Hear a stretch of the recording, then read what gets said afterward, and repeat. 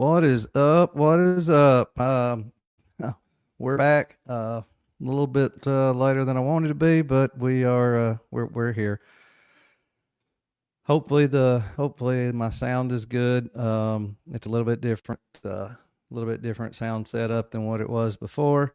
Um, I think it sounds better. Hopefully it actually does on everybody on y'all's end, and hopefully it stays sounding better. So. All right, let's get into it. I want to finish up where I started last night. I hated to have to jump off like that, but it is what it is. Sometimes life happens.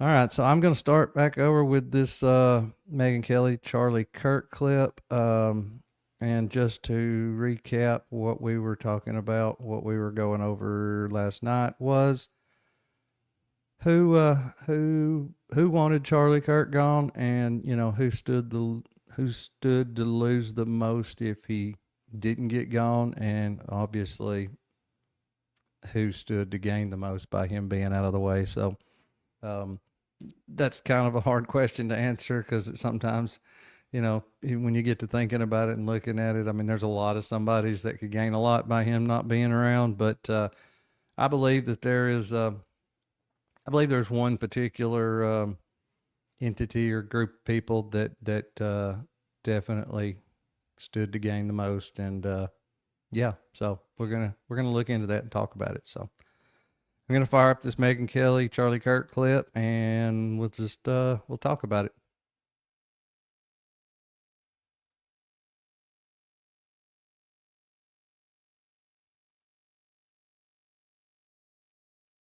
That has erupted on these college campuses many, many, many, many times. And something's happening, though, with this whole debate that is really bothering me. And I wonder if you're feeling it too. So I mean, I genuinely believe you'd be hard pressed to find somebody in the public eye who's been as outspoken a defender of not every move Israel's taken in the war, but of Israel's right to defend itself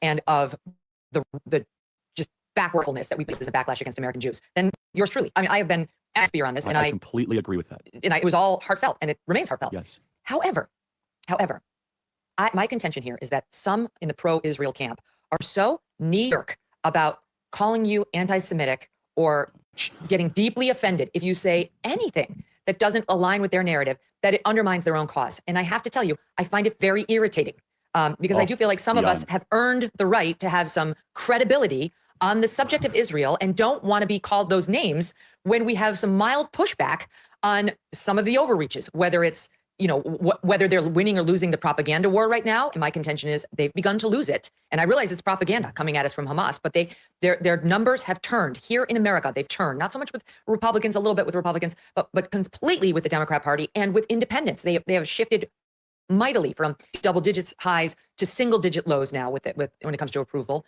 And also with respect to, you and I speculated about this at the Turning Point event. And by the way, the Republican Party has shifted majorly.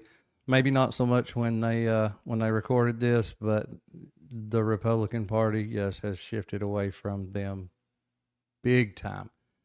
And I feel like that's part of the reason why he needed to go, because he was one of the most influential figures, honestly, for young and old, especially the young, but for young and old. And I mean, not only was he super influential, had a lot of followers and people really looked up to him, but when you got the president of the United States that listens to you and takes advice from you, it's a big deal if you start looking at things differently, especially when it's something like this. Whether the possibility of Jeffrey Epstein possibly being a Mossad agent or asset or affiliated with, that's been turned around on me too, to you must be anti-Semitic. What the hell? That's such bullshit. The same people who say you can criticize Israel, that's... See that look on Charlie's face? The way he looked down and shook his head. I mean, absolute disgust, like he has had his fill of it. Anybody that says that he had not been hassled and, just pretty much tortured over the issue, threatened and everything else. They're either not being honest or Can't read the room. It's fine. We won't call you anti-Semitic if you criticize Israel. Now, turn around immediately and say, you're anti-Semitic for even raising that. I completely reject that. And I raise this as a pushback against my friends on that particular strain of the aisle to watch it, because you don't want to alienate people who are openly your friends by going nuts in your crackdowns on mild pushback on anything related to Israel. Now you take it. I'm so glad you brought this up, and I would second that. Megan, I think I have a bulletproof Here we go. resume showing my defense of Israel, both on campus, on social media, to great, let's just say mockery and scorn at times, because I believe it, right? I believe in the scriptural land rights given to Israel. I believe in fulfillment of prophecy. And again, I'm not a theologian, but I'm a Christian. My life was changed in Israel. The spiritual energy is so amazing there. I want them to win. I've said that repeatedly. Same. And however, Megan, you're hitting. And there's not a thing in the world wrong with feeling that way. I mean, I can totally understand. I've never been there, but I can totally understand, especially people that have been there and people that are Christian and have a really, really, some people are, I don't know, some people, it means a lot to them, and I can understand it. To go there, to know there where he was at, and, going to all the different places that, he went. There's not a thing in the world wrong with that at all. And I mean, I totally understand that. Now, that does not mean that you have to be on board with the, the secular government of Philadelphia. Again, there's a big difference between being Jewish, being Israeli, and being a Zionist. I mean, there's Zionist Jews, there's Zionist Christians. And to me, the Zionist part is where you start to lose me. I don't feel like this bunch of Europeans that moved to the Middle East and, grabbed a chunk of land out there and said, okay, this is going to be Israel in 1948. I don't believe that those people, I don't believe that has anything to do with, one, the original, Jews, the original Jews from 2,000 years ago. And besides that, obviously these Zionist Christians don't look at it that way, but I believe, and a lot of Christians believe, that,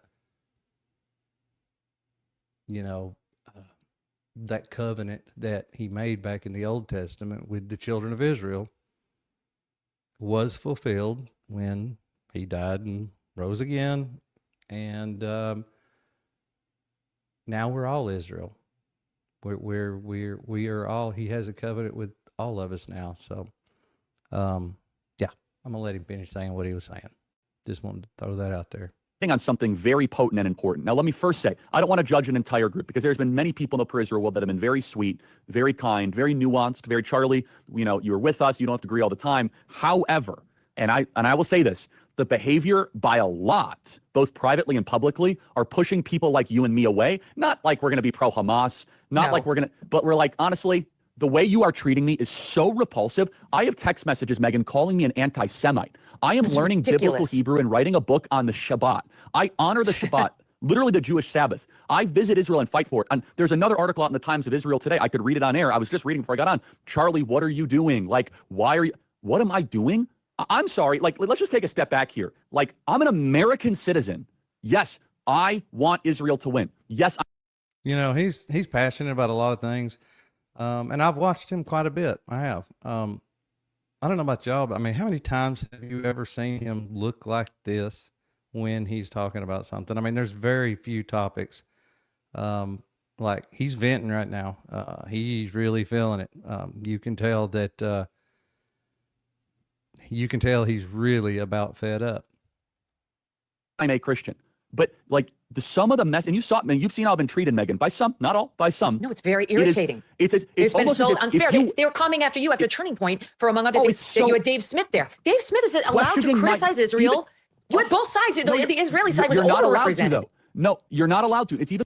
You're not allowed to. See, he was getting it. He was starting to come around. He understood. He was starting to understand. Worse than that. Again, he knew what time it was. Fifth time. I love Israel. I want Israel to win. But my moral character is now being put into question, Megan. Not my decisions. Not like, hey, are you doing this? Is it smart or is it dumb? But And that's where he drew the line. My moral character has been called into question, and that's where he started having a major problem. no, I am a bad person if I do this. And I could go, I mean, you saw it, Megan. It was trending on Twitter, thousands of tweets and text messages.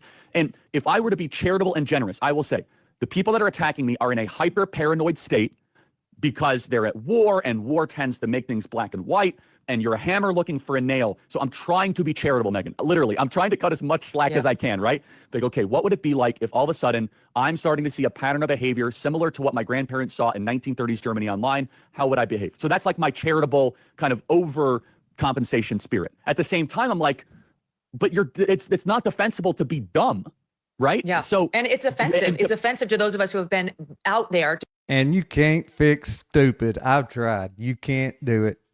defending them in many instances against critics on our own side. And now you have a couple of comments like, well, what about this? Well, has it gone on too long? Like, is it time to wrap it up? And the thing about Epstein is just so bizarre. I don't know who he was an agent for. It might have been Israel or an asset, or it might have been nobody, but we're allowed to speculate about that. It's No, like but- there's but some hold on, rule. but You can't are go we? there when it comes to Israel. well, you and I believe that we're Americans and Americans first, period. End of story. We are citizens of this nation, okay?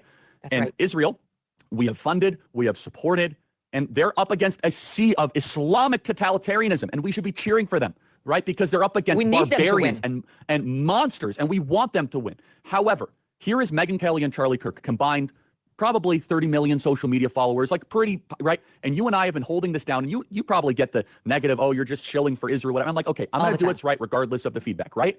But then all of a sudden, like, I host a person that I moderate the debate of, mind you, right? And I give equal time to Josh Hammer, equal time to a pro-Israel advocate, and my moral character is being put into question. And so I think it's a hyper paranoid, like, He probably should have picked a better pro-Israel advocate. I mean, Josh is all in, but he just sucks. we're just going to try to, we're going to just stamp out everything type of practice. But it goes to the point where, if, for example, if I have less ability sometimes online to criticize the Israeli government about backlash than actual Israelis do. And that's really, really weird, isn't it, Megan? That's It's not so right.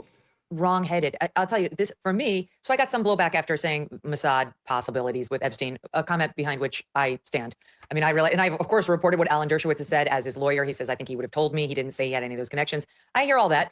And in what world, I mean, do American citizens catch a lot of blowback for questioning whether Einstein was, Israeli intelligence or Mossad? I mean, like, what the hell? Especially since, I mean, all roads have been going there. I mean, like, all the little indicators and arrows are pointing that way. Everybody really, at the end of the day, no matter what they say, they know it to some degree. So how in the hell can American citizens, catch all this flack and blowback from stating the obvious? Doesn't mean it's not true. I think all these things should be explored. It's one of the many things that should be explored around Epstein. But saying that, and also saying he might be a U.S. asset, et cetera, doesn't make you anti-Semitic. That's fucking crazy. And then we get to last week, I go on Piers Morgan, right? So I go on Piers Morgan last week. And I don't talk about Israel a lot on this show. I just like covering the day-to-day of a conflict like this is not my thing. It's not what we do here at the Megyn Kelly Show. We haven't done it for Ukraine. We haven't done it for Israel. We haven't done it for a lot of conflicts, but we'll talk about it when big things happen. So Piers talks about it a lot. Piers asked me, it was a very interesting kind of culture study. So he asked me about the photos of the starving children out of Gaza. And I said a couple of things, both of which got a fair amount of pickup. All right, so first, this is what I said about the photos. Listen to SOT 10. Well, I'm always reluctant to put too much stock in the images coming out of Gaza, that phrase, because they're manipulated and they're masters of propaganda and they're fine having their own children starve just as long as they can put them on camera and show them off to the world. That's Hamas. And frankly, it's a lot of Palestinians. So I'm very skeptical of taking those images at face value and saying it's Israel's fault. Okay, so that clip gets circulated I'm with you on that. a million times by my Israeli friends and my Jewish friends online. Like, go Megyn, yeah, okay, great, cool. Yeah, she's right on. Look at her, speak truth to Piers. And then Piers released as a separate clip my follow-up to that comment. Okay, and here's that. You're not allowed SOT any 11. nuance, Megan. It's only tribalism. No, that's right. So here's SOT 11. Israel, whether it realizes it or not, has made itself the villain of the world. in letting this thing go on so long. They have lost support amongst their dearest friends. And even the entire Democrat Party here in the United States has turned against them, and they're losing Republicans by the day here in America, which is their most important ally. So whether the fight continues to be just or not is almost irrelevant. As Trump said when he was running this time last year, not yet elected, time to wrap it up. And that's how I feel, too. And I've given Israel a long berth. I fully understand, as an American who was attacked on 9/11, my country was that, when you attack the United States and you kill thousands of our citizens, and Israel was in this position on 10/7, it's fine to respond, and it doesn't have to be proportionate. Whoever said it has to be proportionate. But what Israel's doing now is losing its standing with the rest of the world. It's starting to lose, too, even with its closest friends, its moral reputation, its moral high ground. And as Trump said a year ago, time to wrap it up. Well said. The 25 text messages from people I know, like friends who are pro-Israel, like, I'm so sad that you've left us. I'm so sad let's debate it. Many Jewish advocates saying, let me come on your show and we'll debate. There's nothing to debate. I'm on Israel's side. Just stop. Me observing I totally agree. that you're losing the propaganda war and that this has gone on for about 2 years now. And look, I pulled the stats: support for Israel's military action in Gaza by party ID. GOP in June of 2024, 76%. Now 71, so they lost 5%. Dems in October of 2023, 36%. Now it's at 8. Independents, October 2023, it was 47%. Now it's 25%. You go under 35, you have almost zero support across the United States, your closest ally. I see what's happening, and it's my job to comment honestly on it. But Totally. I am sick of being lectured on, like, you have to see it exactly as we see it and support everything, or you're against us. So this is so important, Megan. And again, I don't want you cannot say everyone in the pro-Israel, and I guess count me against. I don't know what to tell you. don't say it, acts that way. But I got Agreed. texts about you, Megan, saying, why is Megan like doing the bidding of Hamas? I was like, what are you talking about? Megan's the best. Like, what? Like, she's amazing. And I said, why are you texting me about Megan? And I at that point, and so this is what they don't understand. You and I, Megan, and Tucker is in the same category, and they've tried to go after Tucker. Yeah. Is that the more you attack our moral character, the more we're going to double down in a direction, because 100%. screw you, I don't do it that way, okay? Right. Like, tell me I'm wrong. Cool. Tell me if I got my facts wrong. By the way, on the Epstein thing, Naftali Bennett says he was an Epstein agent. We have to be pursuers of truth. They've denied it. Fine. Let's keep digging. Okay, fine. But the thing that I think is being lost is, like, on some part of the population, you can scold them into silence, right? But if I have any deviation of a purity test, any deviation whatsoever, such as hosting a focus group, right, Megan? Hey, please subscribe if you hadn't subscribed, and hit that notification bell so you know when I'm live. And definitely share the video, and please hit the like button. It's not hard. Just boop, one time, bam, hit the like button. It'll really, really help with getting this, get my stuff pushed out there, because a new small channel like mine, it is hard to get out there in front of a lot of eyeballs. Subscribers, obviously, and shares and likes help tremendously. So please do that. With a bunch of our students that went viral, having Dave Smith or Tucker at my event, it is all of a sudden, oh, Charlie is he's no longer with us and all that. So wait a second, what do you mean? What does with us mean exactly, right? I'm an American, okay? Like, I represent this country, and I don't even understand that paradigm. But Megan, I think you would agree with this. I want to make sure we really zero in on this. Personality types like you, myself, and Tucker, the more that you guys privately and publicly call our character into question, which is not isolated, right? Megan, it would be one thing if it was one text or two texts. It is dozens of texts. Yes. Then we start to say, hold the boat here. And to be fair, I can just see Benjamin Netanyahu sitting there watching this right here, and then picking up the controller or something and just throwing it through the TV screen, or grabbing his phone or something and slinging it and busting the TV screen. I don't know why, but I keep thinking that I could just really, really see that. Some of my really good Jewish friends are like, that's not all of us, it's all, but these are leaders too, though, right? These are stakeholders, right? And so, look, I'm afraid, because again, I want civilization to win. I want the West to win. I don't want the Islamo-fascist barbarians to storm the gates of Jerusalem. I want the holy sites protected. I believe in the Holy Land. I love that Jesus walked on water there and rose from the dead and preached in the Mount of Beatitudes. Like, I feel the connection to Israel. But at the same time, simultaneously, when the hostile reaction is that now Megan and Charlie are enemies, right? Boy, I'll tell you, like, you're not gonna, I wouldn't say lose, but you will weaken and just basically deflate two of your strongest advocates if that continues. Right. And to me, I laugh because it's like, I've been bullied by the best. And this is a progression. I mean, he said right here, you're probably not going to lose, but you're going to weaken that. But we all know, on September the 8th, he sent out that group chat that said, they've left me no choice but to leave the cause. The best. And it didn't work. And it's not going to work with them. The more you try to tell me I can't criticize Israel, the more likely I am to do it, to focus on exactly what you're doing, right? Like, what are you doing that you're so defensive? You don't own me. I don't take $1 of money from any Jewish affiliated group. That's never been what my show's model. I take, Cozy Earth is my sponsor. People like Jen Ucell. Those are the people I take. And I probably would feel reluctant to criticize Jen Ucell, which is a great product. So I probably wouldn't do it anyway. My point is simply, I have my honest opinions, which is why I had credibility for the 2 years I've been defending them, right? And I still have that credibility, and I don't need lectures from my friends who are more pro-Israel than I am, or who are just American Jewish people who are concerned about what's happening. I don't need lectures on my coverage, okay? I'll call it like I see it, and you have no right to come on this show and demand a debate with me because I've said something you disagree with. It's my show, and I'll decide the coverage we do here. Since President Trump was sworn in, his administration has made enormous progress at a breakneck pace. But don't forget, while they are moving mountains for the good of the nation, you've got your personal savings 40 by burying 98, and Birch Gold take control of your savings. Touche, Megyn Kelly, touche. All right, let's see what else we got here. I got some more clips. Let's see.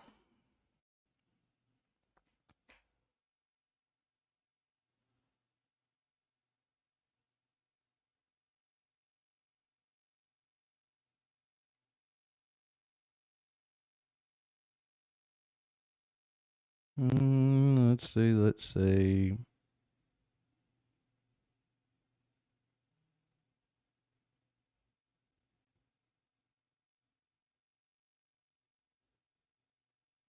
All right, this one's been floating around a lot, but obviously not everybody's seen it, and this is one of my favorite quotes.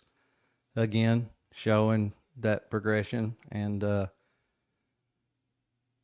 how he was feeling there towards the end. I forget when this was done, but it is fairly recent, so it's only about a minute long. Let me play this clip.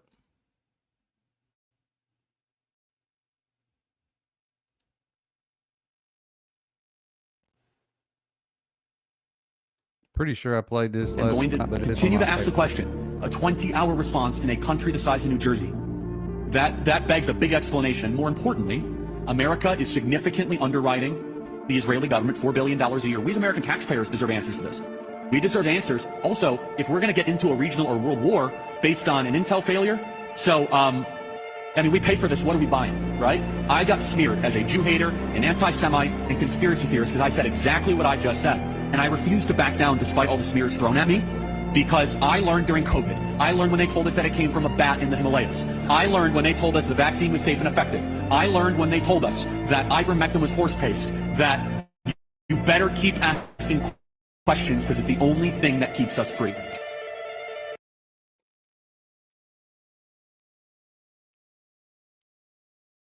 Yep.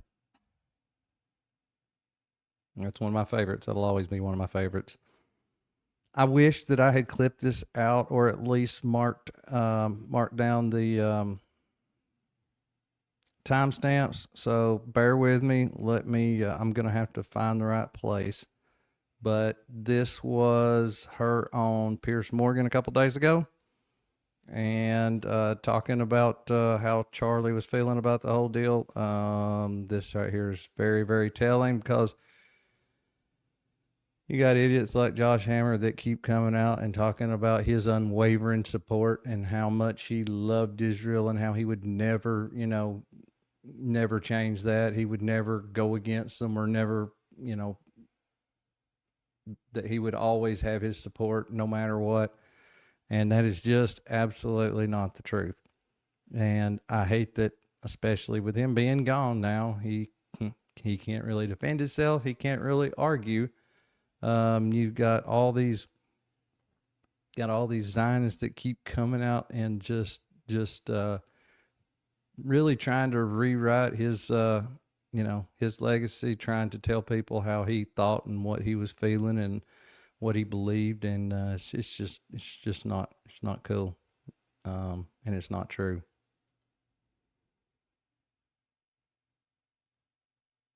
I watched the Bad Bunny show. And a Broadway on steroids piece. And I'm sure the people in South Florida really enjoyed it. The people in an American territory, Puerto Rico, really like Mexico. A lot more important than the one in the back. You go because you're representing the United States of America. The flag that you have been sent to represent will be remembered for a long time. Relax and get deep, refreshing. Lately, really, what gay rights have you? Problem. And just on Candace Owens, you've been very supportive of her. And Kara Swisher responded by mocking me, saying, Yeah, let's hear a little bit about Candace Owens too. That was pretty good.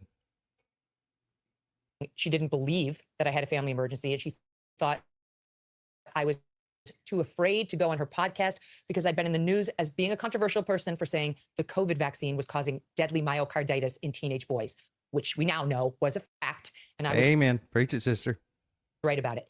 And when ultimately 2 days later, 3 days later, when I got back on Monday and it became national news, my sister had died, did she send an email saying, I'm very embarrassed for saying that. I'm very sorry for suggesting she didn't have a family emergency and that she was just afraid of me. No, she didn't. She wasn't sorry. She had made a fool of herself, and she's been avoiding me ever since. That's Kara Swisher's problem.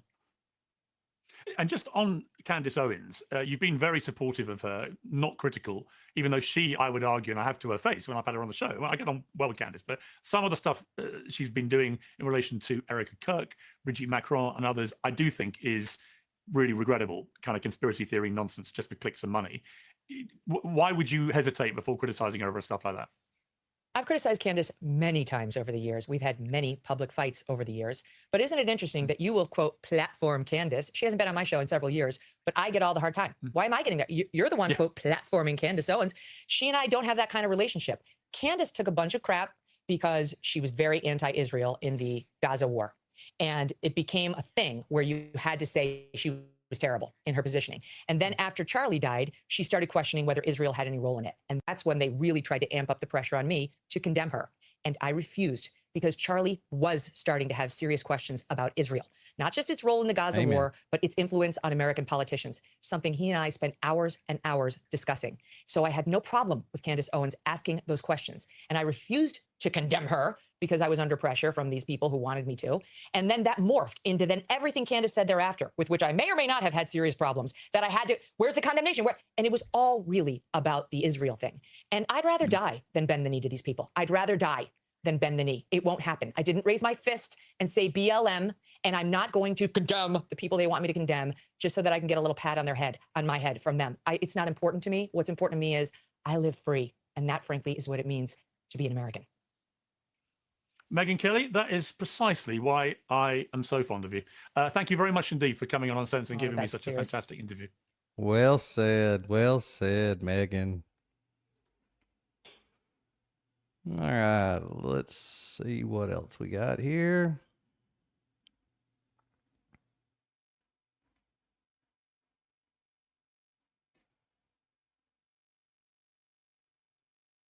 Okay, yeah, just to kind of show, let's see.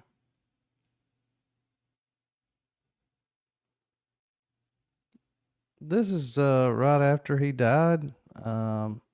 I think it's just worth remembering who one of the first people that came out and said, matter of fact, one of the only ones that I know that came out on national television on all over the internet to come out just to say, hey, we didn't kill him. And felt the need for some reason to do that. Kind of odd. Joseph Goebbels, the Nazi propaganda minister, said that the bigger the lie, the faster it will spread. Well, somebody has fabricated a monstrous big lie. Israel had something to do with Charlie Kirk's horrific murder. This is insane. It is false. It is outrageous. Charlie Kirk was a giant, a once-in-a-century talent who defended freedom, defended America, defended our common Judeo-Christian civilization. Charlie loved it. I can't stand that. Judeo-Christian. There's no such thing. That just makes my skin crawl. The two are totally, completely incompatible with each other. Judaism, they believe Jesus was somebody that bucked the system, said things he shouldn't have said, and got killed for it.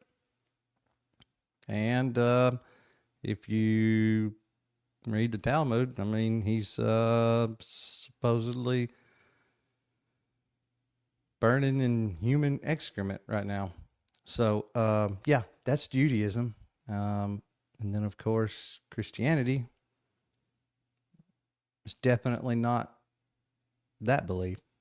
So, yeah, Christian Judeo makes absolutely no sense to me. And I just don't think, it's not a thing. I can't stand to hear people say that. Israel. He loved the Jewish people. He told me so in a letter that he sent me just a few months ago. One of my greatest joys as a Christian, he said, is advocating for Israel and forming a. He may have said that, but he said a whole lot besides that. And yeah, notice he didn't quote any of that. I wish I had that handy. I'd pull it up. We could look at that. Alliances with Jews to protect Judeo-Christian civilization. He encouraged me to make the case directly to the American people about how vital Israel is to U.S. national security. He told me, the Holy Land is so important to my life, it pains me to see support for Israel slip away. Now, if Charlie disagreed with a policy of mine or a decision here and there, not only did I not mind, I welcomed it. This is the essence of Charlie. This is the essence of a free country. It's exactly what Charlie stood for. And I knew that his suggestions always came from the heart, from his love for Israel and from his love for the Jewish people. A few weeks before his death, I spoke to Charlie. I invited him to visit Israel again. And sadly. And what happened? He said, And also, when he was making that big media tour, he tried to go on Charlie Kirk's show, and Charlie Kirk would not put him on. So, you know, that had to be embarrassing. I could just see the smoke coming out of his ears. Look at that face right there. Look at that. That paused that in just the right spot. That man just oh God, he gives me the creeps. That won't happen. Now some are peddling these disgusting rumors, perhaps out of. He also called Charlie when he was in the Hamptons and offered to take him to the next level. And of course, Charlie turned that down. And oh yeah, of course, Erica didn't remember that conversation taking place, but yet she says she was there. She was there, but she didn't remember that conversation taking place. Of obsession, perhaps with Qatari funding. What I do know is this. Charlie Kirk. Qatar. Oh, I'm definitely no Muslim, but I think I could make the case that Qatar is a much better ally to us than Israel is. Like I said, Israel is not even an actual ally. There's no kind of treaties. There's no kind of mutual defense. You know, there is nothing. We have to back them up. We have to, hull out dollars and weapons and all that anytime they need it, whenever they're getting attacked. But yet, we ever get in a pinch, we ever get in a bad spot, where are they at? They're not there. What can they do for us? It's a country the size of New Jersey. I mean, if we got ourselves in a place where we needed some kind of backup, I mean, like we would need an actual country. We don't need them. They need us. And that's the way it's always been. That's the way it'll always be. And thankfully, more and more people are starting to understand that. But the whole point of this is to show that Charlie had started to understand that. And all these donors and all these donors and people giving him such a hard time. And what he had seen going on with the Gaza thing and his ongoing growing concerns of influence in politics, all this together had just completely turned him off. And he said he was leaving the cause. And like I said, with a giant like Charlie, somebody with as much reach and as much influence as Charlie Kirk had, that could not happen. That could not happen. Just a real quick recap of that timeline on September the 8th, leading right up to, September the 10th was the day. September the 8th, he sends out that group message that says these people are, living up to all the stereotypes. And we all know what a lot of those stereotypes are, but anyway, that they live up to the stereotypes, and that they had left him no choice but to leave the pro-Israeli cause. And then I guess it's just coincidence that a few hours later, he was on a Zoom call with Josh Hammer and some rabbi that lived in Israel. So it was like 4:00 in the morning a.m. in Israel. And yet they got on a call to go over Charlie's talking points for the upcoming tour. That, Charlie needed help with those because Charlie was the best debater pretty much anywhere around, and had made these arguments and had these conversations thousands of times. But he needed to brush up with Josh Hammer and this rabbi in Israel before he went on his UVU tour. I call bullshit. I think that was his last chance. I think after he sent out that message, said, I'm bringing Candace back, and I'm leaving the cause. I think that there was a code red went around, and he's like, hey, Charlie, we got to talk. Because UVU was his first stop. So I believe that they gave him an ultimatum. I believe that was his last chance. I believe that was his last opportunity to reverse course. And, of course, he said, no, I'm going to do what I believe in. Yeah, the rest is history. After he had that conversation, it was literally, I think, an hour, maybe 2 hours later, and Dan Flood and Andrew Kovac get a message from Charlie saying, I think they're going to kill me. Who's they? Who would he be talking about? Who was fresh in his mind? Who had he just walked away from, and who had he just been on a code red phone call with? I think there's probably only one answer to that, and I don't think it was a transferee. Sorry. And I think, I could be wrong, but I'm pretty sure everybody understood what he meant when he said, I think they're going to kill me. What I would like to know is what kind of response he got especially out of Dan Flood. I don't know what Dan Flood said back to him, if he said anything at all. But we all saw what kind of response it got, the next day, or, in the following days, on the 10th. Him telling Dan Flood that obviously didn't do him any good. Was a great man, and a great man deserves honor, not lies. Rest in peace, Charlie Kirk. May your... Yeah, and he also deserves assholes like you to not mess with his legacy, and not try to twist people's memory of him, of what he stood for and what he believed. memory be a blessing. Mm-hmm. Sorry, guys, I do not like that guy.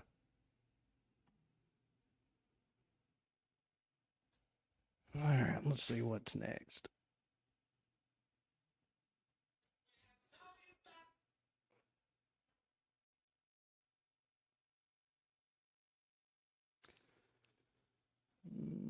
Let's see.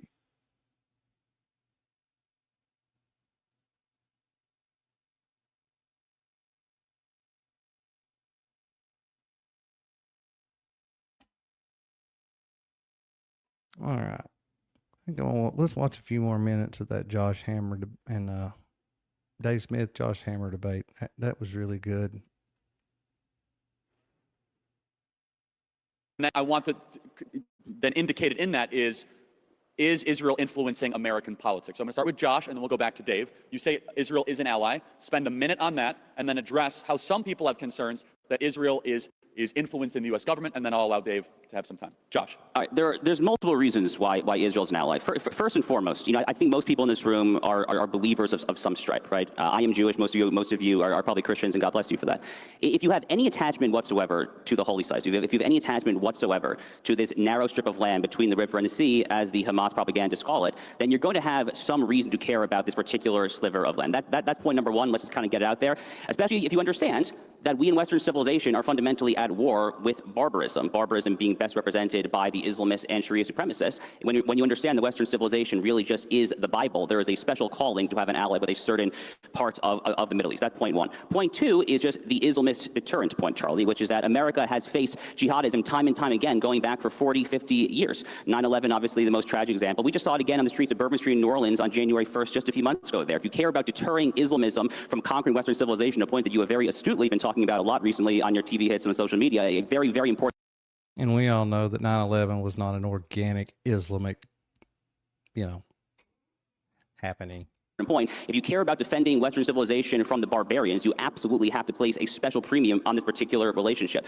And then third is that if you actually care, as I do, paradoxically, I actually care a lot about China. In fact, I think that America's honestly, no, their beef is with Israel. We just keep sticking up for Israel and getting in between them and some of those other folks. And that's why they have a problem with us.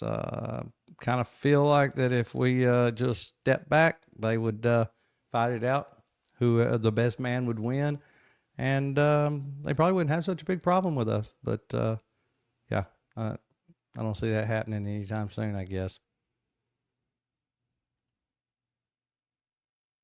By far, number one biggest threat this century is China. If you care about effectuating this broader pivot to the Indo-Pacific, as American foreign policy people have been talking about for 20, 30 years now, you have to have some way of stabilizing the Middle East. The way to do that is not to just adopt the stupid and asinine Barack Obama foreign policy of appeasing America's enemies. And the way to do that is to embolden your allies. Again, that is the Trump doctrine. So we didn't get to the second part of the question. So do you want to start on the ally, and then we'll do, you can incorporate both, Dave. He had two answers in a row, so take 3 or 4 minutes. Well, look, this idea that the great battle of our time is us versus the Islamists, us versus these barbarians, that's really the problem here in the United States of America. Lebanon, that's what you got to worry about. Listen, I think everyone here, all you guys should know this at this point. Our problem in America is the deep state of the United States of America, okay? They're the ones who framed Donald Trump for treason. His own intelligence agencies framed the sitting U.S. president. And you know what that deep state wants, by the way? Permanent war. That's what they always want. That's how they and their friends make their money. And so all of this talk is just so ridiculous, man. I mean, this talk about how, if you care about the holy sites in Israel, okay, sure. Obviously, Christians and Jews and Muslims have a connection to that land. But that doesn't mean we have to bomb Iran for Israel. Who's saying that? Doesn't... Well, we just bombed Iran. That was the first topic. Okay. Anyway. It doesn't mean that we have to support Israel slaughtering people in Gaza. None of that has anything to do with the holy sites. And in fact, a lot of sites get destroyed when there's bombs flying. But listen, the real problem for America, if you want to even talk about the Islam taking over America or taking over Europe, well, how did that happen? That happened because we completely destabilized the region, fighting war after war after war that did nothing but slaughter hundreds of thousands of people. And then our Western governments had the most insane open immigration policy that was basically suicidal. We're doing this to ourselves. We're $37 trillion in debt, and we're looking for another enemy to go fight. Since the collapse of the Soviet Union, we've spent $20 trillion on empire and wars. And you know what? We can't tax enough money to pay for it. We can't borrow enough money to pay for it. So what do? We print the money. And now you guys are coming out into the world and you're wondering why you're 6 figures in debt from college, and you're getting a job at DoorDash, and the average house goes for $800,000 because we've destroyed the currency chasing these monsters that were never any threat to our country.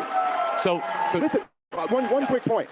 Adolf Hitler and the Nazis couldn't bring down America. Joseph Stalin and the commies couldn't bring down America. The British Empire couldn't bring down America. But you think the Hezbollah in Lebanon are a threat to us? They're a problem for Israel to deal with. We got our Say that own to the families problems. of the Beirut barracks bombing in 1983. Seriously, say that to them. Have you spoken to the families of the people who have been killed in 1983 in Beirut, Lebanon, the people who have been killed by those IEDs in Iraq that you're just having? He said, He keeps bringing up that same dumb shit, Beirut, Lebanon. Again, we were somewhere, honestly, that we probably shouldn't have been for reasons that we should not have been there. Have you actually spoken to these families? First of all, yes, I have. The 9/11 families, any of them? Yes, I have. Are you aware of hold on Iran's one sec, Josh, involvement in 9/11? Yeah, okay. So you're just asking me questions over Guys, my attempt to answer them. Stupid. This is why I'm here.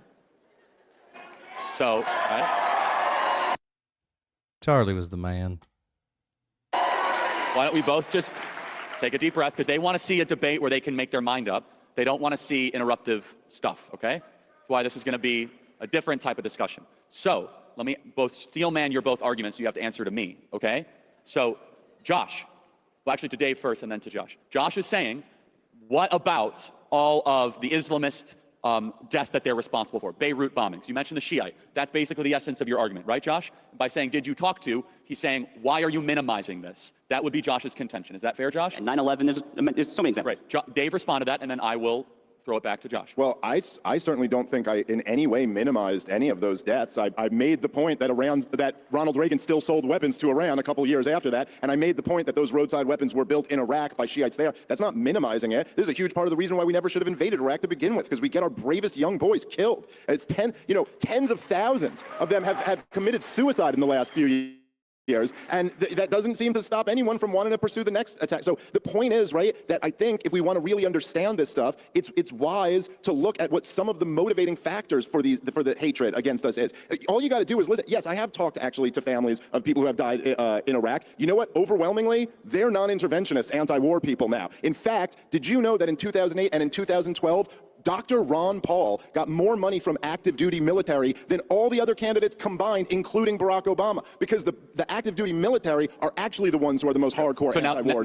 Again, so don't invoke them to try to sell another war. But Dave, I'm going to follow up with a tough question. I want you to make the case, because I don't want to have you be able to get past this. You say Israel is not an ally.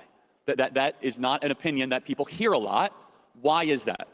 Look, all I'm saying is, Israel has at every turn, and look, again, when I say Israel, I'm talking about the government of Israel. I'm not talking about the people there. And I'm specifically talking about Benjamin Netanyahu and the Likud party, who have been in control for most of this time, for most of my lifetime. Yeah, and right, most of the 21st century. And so when I say they have been constantly pushing America toward more aggressive policies, toward getting in more fights. And just like I always say, if you went out to the bar every single night with your friend, and every night your friend's trying to convince you to get into a fight, and while you're beating a lot of people up, you're also taking a lot of wounds, and you're going to jail, and you're getting in trouble, you got to stop hanging out with that friend. And so I think that my position, I don't believe in wars of aggression and wars of choice. I don't believe in sanctions. I don't believe in that. We should be friends with Israel. We should trade with Israel and have a good relationship with them. But you know what? I also don't believe in welfare, and they shouldn't get another dime of U.S. taxpayer money, and they should not. So hold on. Their lobby should register as a foreign That's a good segue. Finish up. Amen, Dave Smith. Amen. They should stop blackmailing our politicians. Got it. So back to Josh. What about that is so offensive? What about that so problematic? Josh, Dave had some uninterrupted time there. Let's now address that, because, again, there's a text chain. I have all the text to prove it. Everyone knew where this debate was going, right, Dave? There's been no surprises. Josh, you knew that there's some concerns, and Dave mentioned it, such as, I think you're saying AIPAC. Is that correct? Well, the broader Israel lobby, that's certainly part of it. Can you address this, Josh? Yeah. Because this is a question people are confused about. Take 2 to 3 minutes on this, and then build out the ally Israel at the end of it. But Josh, Dave is making a point I'd like you to respond to. Okay, so first of all, I'm not a fan of AIPAC. I donated once to AIPAC, $54 like a decade ago, and I basically got swindled into doing it. So I'm not a fan of AIPAC. But AIPAC is not this nefarious boogeyman that Dave said people make it out to be. It stands for America-Israel Political Action Committee. It is a group of Americans who place a premium on the U.S.-Israel relationship the same way that the NRA is a group of Americans who place a premium on the Second Amendment. I do too. I'm a concealed carry kind of guy myself. Yeah, so American citizens putting a premium on the First Amendment of the United States. That is quite different than these Americans putting a premium on the Israeli relationship, that means that instead of, lobbying for something that is American, they are lobbying for the Israeli government. So what he's saying right here is just dumb. They should indeed be registered through FARA. Same way that there are any number of other lobby groups that support any number of other things. By the way, American things, not Israeli things. there's also similar groups similar to AIPAC for American citizens to support U.S. relations with other foreign countries. Funny how these other groups never get brought up in this debate. For instance, anyone who's been to Glendale, California, you've probably heard folks in ANCA. That's the Armenian National Committee of America, a very loud, active group in Washington, D.C. Perhaps more nefariously, there is the NIAC, the National Iranian American Council. It's funny. And I guess somebody could always prove me wrong, but I'm pretty sure they're registered through FARA. How in these debates, when you talk about various American citizens who get involved to lobby. He didn't say there should be no AIPAC. He didn't say that there was anything wrong with there being an AIPAC. What he said was they need to register as a foreign lobby because they are indeed lobbying for whatever it happens to be at the time, for things that benefit the Israeli government, not things that benefit the American government. Or to express their political opinion, as the First Amendment gives you the right to do, because they think that the U.S. national interest is served by allying with a certain country. It's funny, and perhaps a little worse than funny, how the whole register as a foreign agent talking point comes up only in one context and one context only, which is AIPAC. Look, the notion, Charlie, that AIPAC... That's because everybody else registers with FARA. Which, again, I'm not a fan of. I have literally... I'm not a fan of AIPAC. Why are you not a fan of it? Yeah, I'm not a fan of AIPAC for the reason that I'm just about to give, actually, which is that AIPAC exists, their raison d'etre, their entire purpose for existing is to secure large-scale annual appropriations, currently about $3.8 billion annually, in U.S. aid to Israel. I'm not a particularly big fan of foreign aid in general, and I've been arguing for literally a decade that the U.S. should wind down foreign aid to Israel in particular. I think it actually is a bad idea for both countries. Do we have agreement on that? Yeah. If you want to wind it down to zero tomorrow, we have agreement on that. It can't be tomorrow But yes, because... I'd support winding it down. So we have too. agreement on an Yes. end point? Yes, sure. Okay, keep going, Josh. Yeah, so you obviously... Yeah. Oh, you guys are good people. They just cheered for agreement. I like this crowd. That's the point. We're not here just to hurl insults. Yeah. You could do that online. This is here to actually have some sort of, we're a nation. These are our fellow citizens. We got to figure this stuff out. Josh, keep going. Yeah, so you obviously can't do it tomorrow because that would be to betray an ally in the middle of a hot war. That would send a terrible signal to other allies, Saudis, Emiratis, you name it. So you can't do it tomorrow. But I do agree that you should have a game plan, 5, 10, 20 years, whatever it is. I don't really care. Honestly, get a game plan in place to phase out this aid. It's not good for the United States. It's crony capitalism, Eisenhower defense industrial complex, Boeing, Northrop Grumman. All of that is totally true. And then from Israel's perspective, it's also bad for them too because it makes them overly reliant. It actually ends up undermining the entire notion of Zionism, the notion that the Jews should control their own right to their own existence and their own homeland. Undermines Zionism in the long run. So it's actually bad for both countries. But Charlie, this notion that AIPAC is... I'm okay with the Zionism thing being undermined, to be honest, but I just not in that way, not in us shooting them $3.8 billion every year. Big, powerful lobby can be dispelled with literally one anecdote. And I only need one anecdote to dispel this oft-repeated notion, which is the entire 2014 to 2015 Barack Obama-Iran nuclear debate. The fact that the JCPOA, Barack Obama's Joint Comprehensive Plan of Action nuclear deal passed, is literally the singular data point that disproves the entire alleged existence of the nefarious Israel lobby that controls all politicians there. They failed epically to get that passed. But I do have a question, Charlie, for Dave there, which is... I will translate it. Okay. Well, Charlie, I would be very, very curious, based on Dave's recent tweets about Donald Trump doing XYZ things, whether it's covering up for a pedophile ring or engaging in foreign wars, all on behest of a foreign power. Does Dave actually think that Donald Trump, J.D. Vance, the entire Trump administration are literally bought off by the Jews? Is that actually your honest stance? Okay, so what Josh is asking. Well, yeah. Yeah, I think he kind of does. I'm not saying that's the case, but I think that's kind of the way he feels. Well, Is what first he off, just- well, it's always, look, all of this, I mean, And I do have a literally... tough follow-up for you, No, but but I'm please sorry, answer. but just like everything you just said, like all of it, I just find to be like the cheapest debate tactics. First off, I never said anyone's bought off by the Jews. We're both Jewish, and that's a dirty little trick you play. When I'm talking I'm about the only non-Jewish guy on Well, I'm stage. talking about a foreign... Yeah, I'm talking about a foreign government, and then you kind of imply... And no, again, this is all just straw man. It's this whole thing of like Dave saying AIPAC is this big bad monster that controls everything. You just and said foreign Hold on. agents. Therefore, if I have one data point of where a policy that AIPAC didn't want gets through. That disproves the whole narrative. And then this distraction with talking about the Armenian lobby or this other, it's like, yeah, well, if we were having a discussion about that, maybe that would come up. But we're talking about this. And to compare AIPAC to the NRA, who, by the way, are kind of sellouts and don't go nearly far enough. But like, I'm a hardcore gun rights guy. We got more agreement. We love our guns, don't we, everybody? Yeah.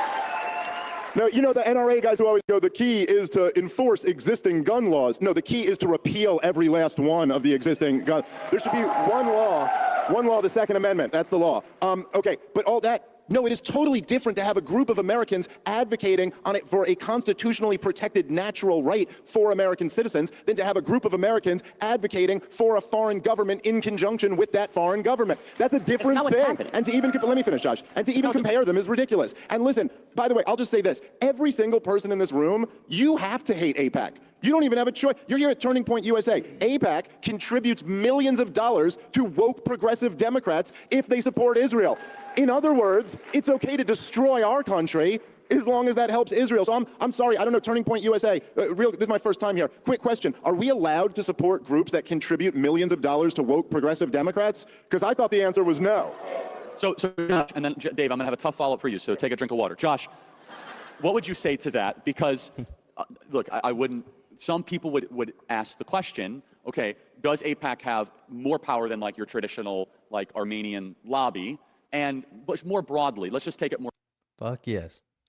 More broadly, like, is there any concern that, or how would you address the concern? Let me put it this way: how would you address the concern that some people have that a foreign government tends to have an outsized amount of platform in the U.S. government? Charlie, and literally control almost 100% of the news organizations, almost 100% of the big tech, almost 100% of any of these big platforms that he's talking about. Now, they may be American citizens or dual citizens. Anyway, I guess that could probably open up a can of worms and we'd be sitting here a very long time. I think that there are tens, if not hundreds of millions of Americans who care a lot about U.S. relations with the state of Israel for understandable reasons. This literally goes back, by the way, those of you who are familiar with your American history, this literally goes back to the American founding. The American founders were extremely, extremely eloquent and outspoken about this. From George Washington to John Adams to Hamilton to Abraham Lincoln's famous February 1861 speech referring to Americans as an almost chosen people.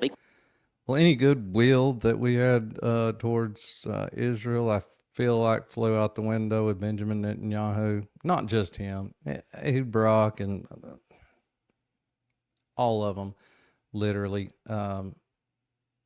since 1948. I mean, he talks like, so he speaks of our country and the way our founders spoke of Israel as if the 1948 Israel, the little piece of land the size of New Jersey over there in the Middle East, is what they're referring to. They had no idea that that was going to even be a thing. They did not have any idea that was going to be there. So that's kind of, to conflate those two is just ridiculous. So whatever nice things they had to say about Israel was not the New Jersey size, 1948 version of Israel. Back then, I guess it was British Palestine. Quoted the Hebrew Bible over and over and over again. They understood that this has zero to do with the current secular Israeli government. The Christianity upon which America is predicated is not exclusively, but has a lot of Old Testament Hebrew Bible emphasis therein. And that's been part of our Constitution, part of our legal code, part of our moral code since day one. So it is completely reasonable for people in the year 2025 to look at that, to look at all the other things we talked about when it comes to deterring Islamism and Sharia supremacism, when it comes to trying to achieve this Abraham Accord-style nationalist, realist foreign policy, when it comes to deterring the Iranian regime and their various proxies. It's very, very understandable for American citizens, again, Americans, to look at that and to conclude that we have all the deterrence we need for them. The only time we end up having any kind of run-ins with them is when we're over there hanging out with that buddy that keeps getting us into bar fights. We got plenty of deterrence. I don't think last time I checked, Lebanon, Syria, Jordan. None of those countries have anything that will reach us. And Iran doesn't have anything that would reach us. In fact, they could just magically make 100 nukes tomorrow. And guess what? I feel sorry for Israel, but they can't even get it here. Maybe in the future, but I think that if we were to, change our relationship status with them, I think that Iran probably would not care anything about trying to lob one over here. And again, if they did, I think we got plenty of deterrence. That we have important reasons for allying with Israel. They are not doing so on behalf of. They don't even have a damn air force. Iran doesn't. They got a good ballistic missile program. A foreign government. This framing is absurd. It's utterly absurd. They are doing so because they are patriotic Americans, and they feel it is their subjective sense that as patriotic Americans that this alliance is furthered. And they are U.S. passport holders. Some Yes, people think that they're strictly foreign nationals. Is that correct? Yes, and that's just as simply. In a way, I feel like dual citizens are worse than being a full citizen of either or of the countries. I think, especially in Congress, there should be no dual citizenship. That's just my belief. I'm not trying to get anybody else to believe that, but that is my opinion. If you are going to be elected to Congress, if you are going to hold a place in the United States government, and you are going to be a quote unquote representative of the American people, you should not have any dual citizenships and dual alliances. You know how many dual citizenship people I have heard asked about if it came down to it, which do they prefer? And a lot of them have said, yeah, if they felt the need, they would just go to Israel. So that's the way a lot of those people look at it. How can we trust those people to make decisions that truly have our best interests in mind? Those are your real AIPAC people. Just not true. Now, again, I say that by the way as someone who's been very critical of AIPAC, but it's just simply not true. We're using that as a filler term. So now, Dave, for you, two quick ones. Do you think that the Council for American Islamic Relations should register as a foreign agent? Yeah, I don't think there should be any groups advocating on behalf of foreign governments. You're being consistent. Yeah, Great. that's right. Secondly, though, and Josh did not say this, but he laced it in through one of the salvos. He said, Dave, you're accusing them of being bought by the Jews. Now, Dave, there is a rise of, I just think, some disgusting stuff online. I'm not blaming you for this. I'm not one of those people, right? But what do you have to say that there's this dark Jew hate out there? And you see it and I see it. I hate it. It's not good. Yeah. And everyone in this audience, guys, don't get yourself involved in that. I'm telling you, it will rot your brain. It's bad for your. I'll let him answer, but I just want to say one thing that does not help is when people of a certain ethnic origin, when they own all of the news media, the social media, and you hear them say that anti-Semitism is on the rise and that we need to start censoring. When you, on this platform we're on right now, you say certain things, they will either, shadow ban you, shut you down, completely shut you down permanently, ban you permanently. When this certain group of people decides that there are certain things that you just can't say and then are able to enforce that, that's part of it. And then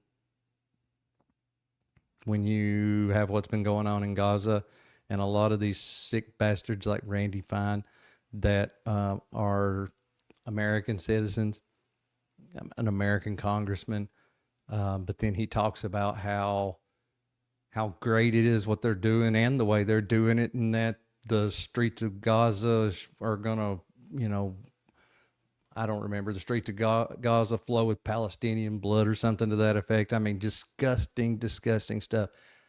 Those types of things do not help that sentiment that Charlie's referring to right there. Soul, it's bad, it's evil, I think it's demonic.